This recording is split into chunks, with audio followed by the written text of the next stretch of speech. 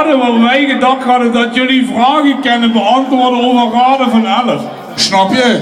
En trouwens, als jullie echt van de Raad van 11 waren, hè, ouwe, dan stonden jullie wel bij de klingen hiernaast, ouwe. Dus we geloven er niks van, maar we doen gewoon mee. Het is gewoon net als de muziekquiz en de weet ik het, de Murphys en de stroomquiz en zeik en alles.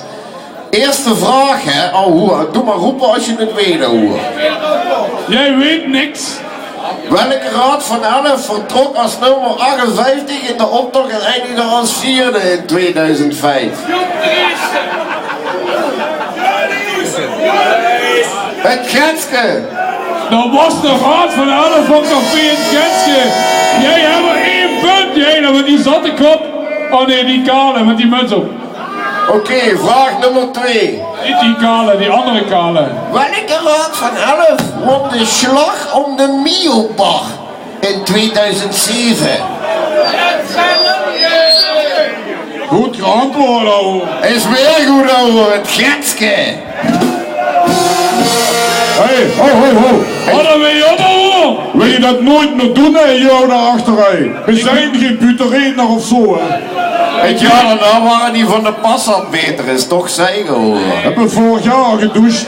Welke raad, er komt vraag nummer 3. Welke Raad van 11 krijgt nooit weer wie 3 man op de been die nog leven?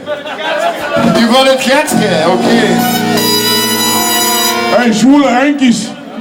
Die heeft zich ingelezen hiervoor, hoor. Dan krijgen we de voorlaatste vraag. Welke Raad van 11 laat zich rondrijden in een 1968 Chevrolet Camaro? Hou op met die toeschouwer, hoor. En dan de allerlaatste. Hou op! En wat je kan winnen is dat je eindelijk die slappe oren mag afdoen, hoor. Welke... Hou op met die toetie, wat gek, hoor. Welke Raad van 11 organiseert jaarlijks het Kraakbeen Dansmarietje treffen?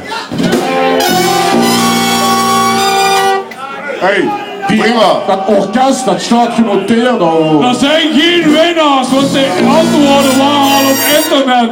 Kom op, we gaan een liedje doen, dat kennen we beter. Jongen, we gaan naar Talië rijden, hoor. Er zijn een hele hoop van die zwijnenkoppen en die komen ook nog allemaal uit Maastricht.